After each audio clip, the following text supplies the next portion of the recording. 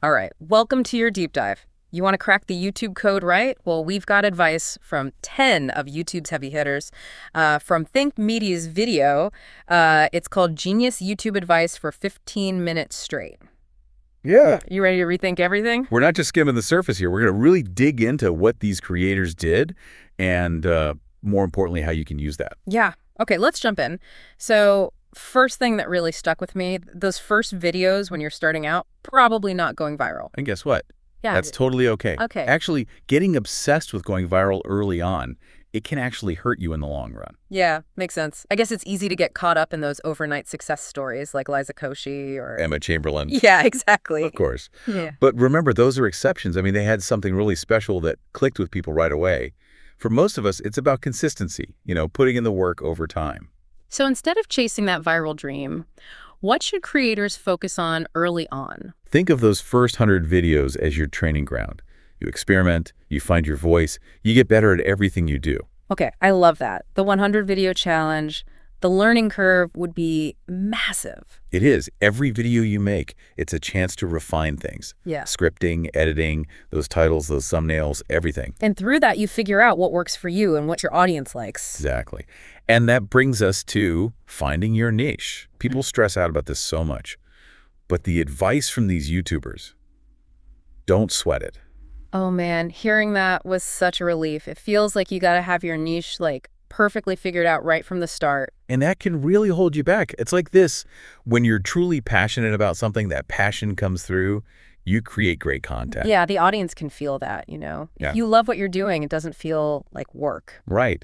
And as you create more, you naturally start to focus on certain topics or styles. It just happens organically. Your niche evolves, you don't force it. Like Sean, the guy from the Think Media video, he's a productivity YouTuber now, but that's just where his content took him. He didn't start out planning it that way. Exactly. So now you're making content you're excited about and your audience is loving it. How do you keep them engaged?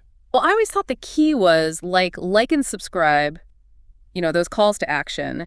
But these YouTubers had a different take on that. Forget begging for likes or subscribes. The most powerful call to action. Tell people to watch another video. Oh, wow. That's smart. It is. It's not about vanity metrics. It's about real engagement.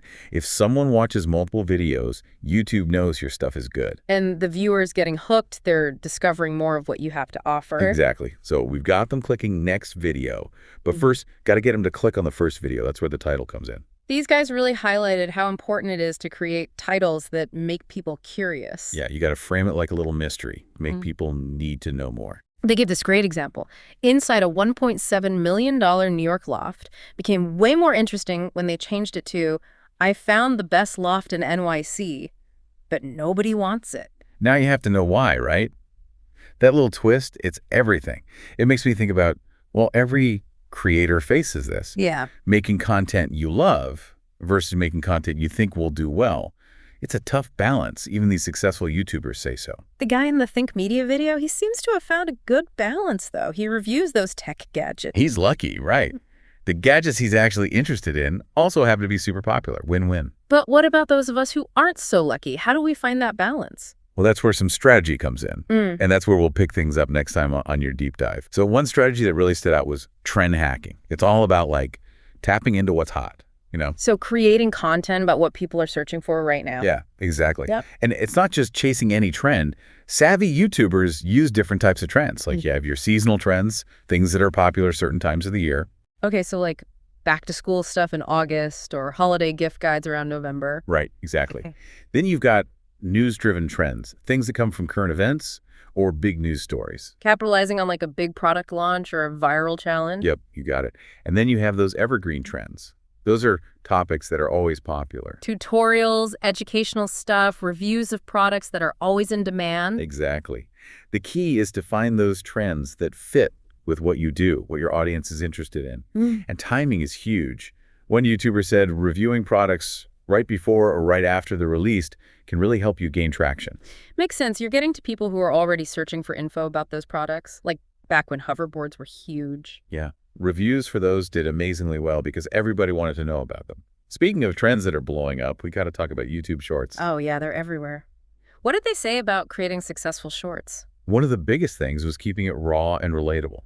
They Interesting. So not like super polished and edited like a regular YouTube video. Right? Think more authentic behind the scenes, even stuff shot on your phone. Ironically, that less polished style can be really engaging for shorts. Why do you think that is? It's that whole authenticity thing. People want realness, especially with those short videos. It makes you feel like you're right there with the creator, you know? Have you noticed that trend toward being more authentic on shorts? Definitely.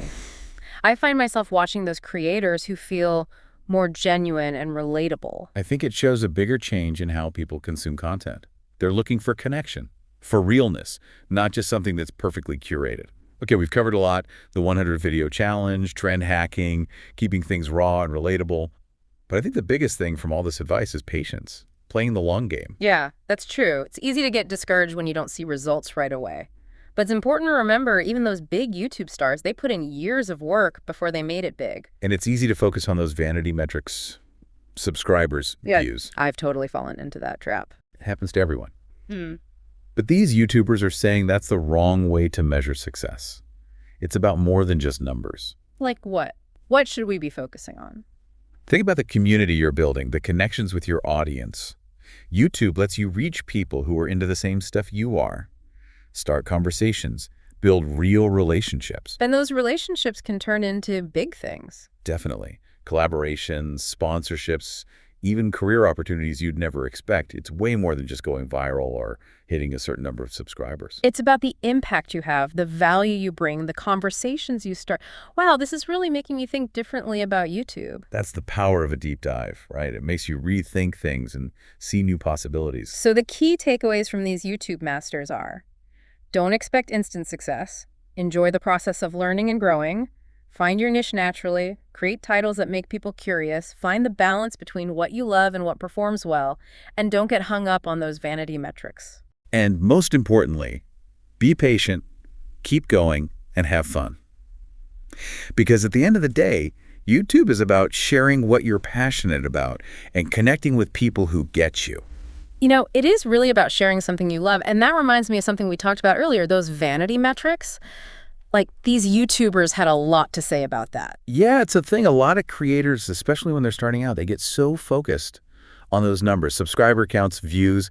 We've come to define success on YouTube by these numbers. It's like we're all chasing those play buttons, the silver, the gold. Right, and those are nice to get, milestones to celebrate. But these YouTubers, they're saying that's not what real success is about. There's got to be something more. So what is it? If it's not about the numbers, what should we be focusing on? Think about the community you build, the connections you make with your viewers. YouTube lets you reach people who are into the same things you are. Start conversations, build those relationships. Those can be pretty powerful. For sure. They can lead to collaborations, sponsorships. You might even find career opportunities you'd never even thought of. It becomes about so much more than just views and subscribers. Yeah, it really does feel bigger than that now. It's about the impact you have, the value you create, the conversations you start. This deep dive has really changed how I think about this. It's like I'm seeing the bigger picture of what YouTube can be. And that's what's so cool about these deep dives, right? They challenge you to think differently and see new possibilities. So, as we wrap up, let's recap those key takeaways from these YouTube pros. Don't expect to be an overnight success. Embrace the learning process. Let your niche happen naturally. Create titles that make people curious. Find that balance between what you love and what does well.